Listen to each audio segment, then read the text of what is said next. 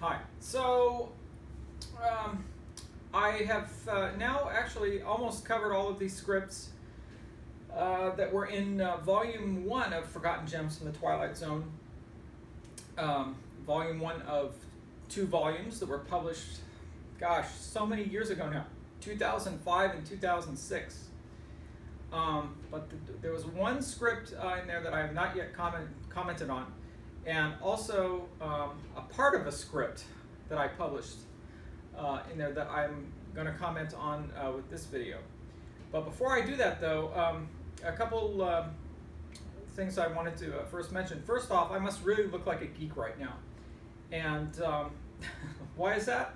Because I'm wearing an artifact that I just dug out, and I have not worn this in many years, but I've kept it in good condition because I thought it was just such an awesome shirt. And it's got a front and it's got a back, and this is from the 2006 Twilight Zone convention, and this shirt was designed in part by Herman Darvik, who coordinated the 2006 and 2007 Twilight Zone conventions in New Jersey.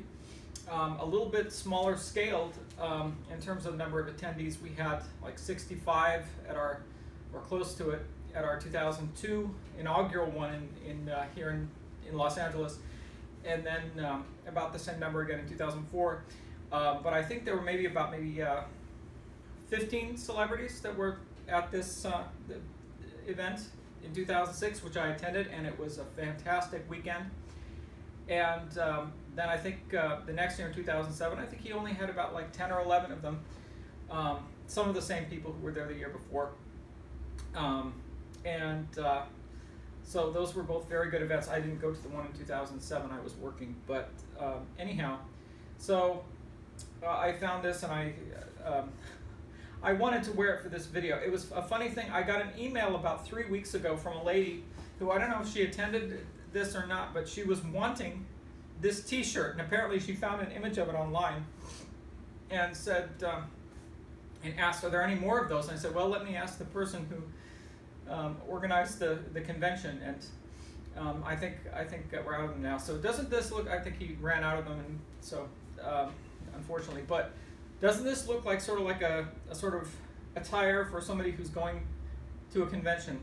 I suppose. I guess you can't see the buttons on my hat or whatever, but this looks, I definitely look like a Comic-Con geek. I don't have a beard. Maybe I'm not heavy enough. I hope I don't offend anybody. But and usually if you go to a big Comic-Con or something like that, I haven't been to many of those or whatever, but usually you find at least one person wearing a cast of some kind. So this is like one of the very few times you'll see me like in sort of geeky form. So let's get to the commentaries at long last. Oh, one more thing about the shirt. As you saw when I showed you the other side of it, everybody on there was everybody whose signature appears on the back. I wish you could get a closer look at it, but everybody whose signature appears on the back of the shirt was dead. And I remember some of the actors who were at the 2006 convention asked, why isn't our signature? I'm like, why isn't my signature on that shirt? It's like, well, you're not dead. All of the people whose signatures appear on the shirt are dead. And you can look closely. There's Edwin and Joan Blondell and Elizabeth Montgomery and some others who are sadly long deceased. So on to the commentaries. I didn't talk about Dead Man's Shoes yet, so I will do that. And I am probably one of the few who really loves Dead Man's Shoes. I just thought it was a really good idea that was very well done, and not a lot of people agree with me. But the story behind Dead Man's Shoes, I got in part from George Clayton Johnson and also William F. Nolan, who knew the writer of that script, and his name was Ocee Ritch, and he's sometimes credited, I think, as Oceo, O-C-E-O. And he was a very good writer who published a lot of articles, I believe in the arena of like racing cars, sports cars, because a number of those people from the Southern California group of writers were into racing cars. Beaumont and Tomerlin and Nolan. and Mr. Ritch, R-I-T-C-H. I believe, although I'm not 100% sure, he has or had Indian origins. He might have been American, had some American Indian in him, but that's not confirmed. I'm just kind of going on what little I've been able to find out about him. There's very little out there about him. He died 40 years ago in 1981 at the young age of, I believe, 59, of health-related problems. And he didn't write a lot of television scripts, but he did write a few. He wrote not only Dead Man's Shoes, but also Static. And I believe Static was completely credited to Charles Beaumont, and Dead Man's Shoes was credited to Charles Beaumont. So Dead Man's Shoes is a very, here's the simple premise that this bum from the Bowery, New York, finds this pair of loafers, very nice two-toned loafers, on a dead man who's just been thrown into an alley, and he puts them on, and in so doing, he inhabits this dead man's soul, and he manages to, after an encounter with his fellow bums who have seen, oh, you made a little strike, huh, with these shoes, he manages after that to walk right into the apartment of where this now deceased man used to live. And in the apartment is this voluptuous gal named Wilma, played wonderfully well by Joan Marshall, whose name in later years was Joan Ashby after she married the director Hal Ashby, who was a very fine director. And he goes in there and he starts kind of acting like he owns the place. He gets shaves and gets dressed, and he's going to make his way down to this club.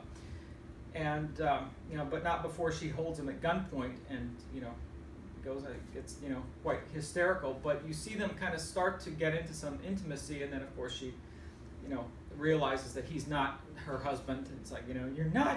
What have you done with him? And then he goes down to the club, and the guys at the club, these thugs who either own the club or they made that their headquarters, recognize him with the shoes, and realize, that this is the guy who somehow either came back alive or whatever, he's got a pistol, and he shoots one of those gangsters dead, and then another one shoots him dead. So then it starts a new cycle. Then they dump him off in the alley with the shoes, and the cycle begins anew. And so it was, I think it was really well done. It's one of those episodes that you only want to watch at night. It's a nighttime episode of the Twilight Zone. Some others are like that. I can think of Printer's Devil. I think like most of Charles Beaumont's scripts, they're ones you want to watch at night, and there's kind of a long story behind that, which I won't go into maybe in this video. Maybe I'll talk about it in another video. But Beaumont was, although he didn't write Dead Man's Shoes, nor did he come up with the idea, even though it was credited to him. I think he split the money 50-50 with these people. So anyway, although it was credited to him, it was in the spirit of Beaumontian spirit, Beaumontian writing, to be sure. So Warren Stevens did a very, very good job in the part, and Warren is always you can kind of see it. Warren was a very quiet fellow, but once he got on the camera, boy, he knew how to act. And he was a very good actor. People know him from The Forbidden Planet, and he also did Outer Limits and many, many other television shows of that day. He was a very fine actor. And I remember he lived at, I believe, the Horace Height Estates in Sherman Oaks in his later years. And he was also very good friends with Doris Roberts, the wonderful Doris Roberts. They were friends. So I remember, as a final comment on this, I remember watching Dead Man's Shoes and one more pallbearer from season 3 on this Twilight Zone disc. I watched maybe 4 or 5 of these with Arlene Martell, who everybody knows from her 2 Twilight Zones, and she was friends with Joan Marshall, and we were watching this, and she was watching Joan, her old friend Joan, in these scenes, and she was like, "Wow, brilliant." And then when they came to the end when we reached the end of that scene, the end of Act 1, she and Joan Marshall is just standing there, crying. Arlene was saying, "Well done, Joni. My God, I miss you so much." So, and then we watched, like I say, then we watched like 4 or 5 more of them. She's like, "Let's watch another one. Let's watch another one." So she loved that show.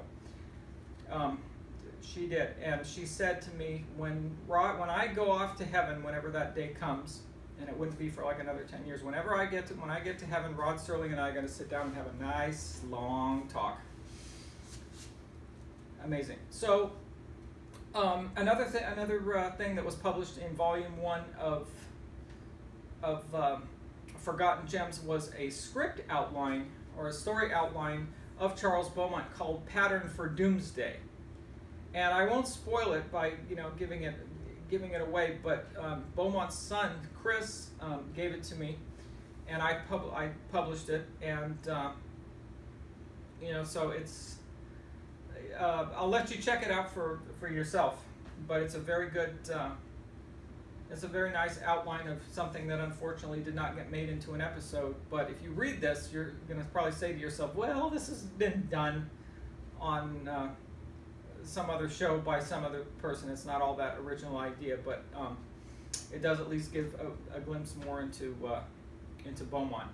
So anyhow, that's Dead Man's Shoes, and I was going to talk about another episode, but I think I'll save it for a future video. But so this is unofficially my geeky commentary video with the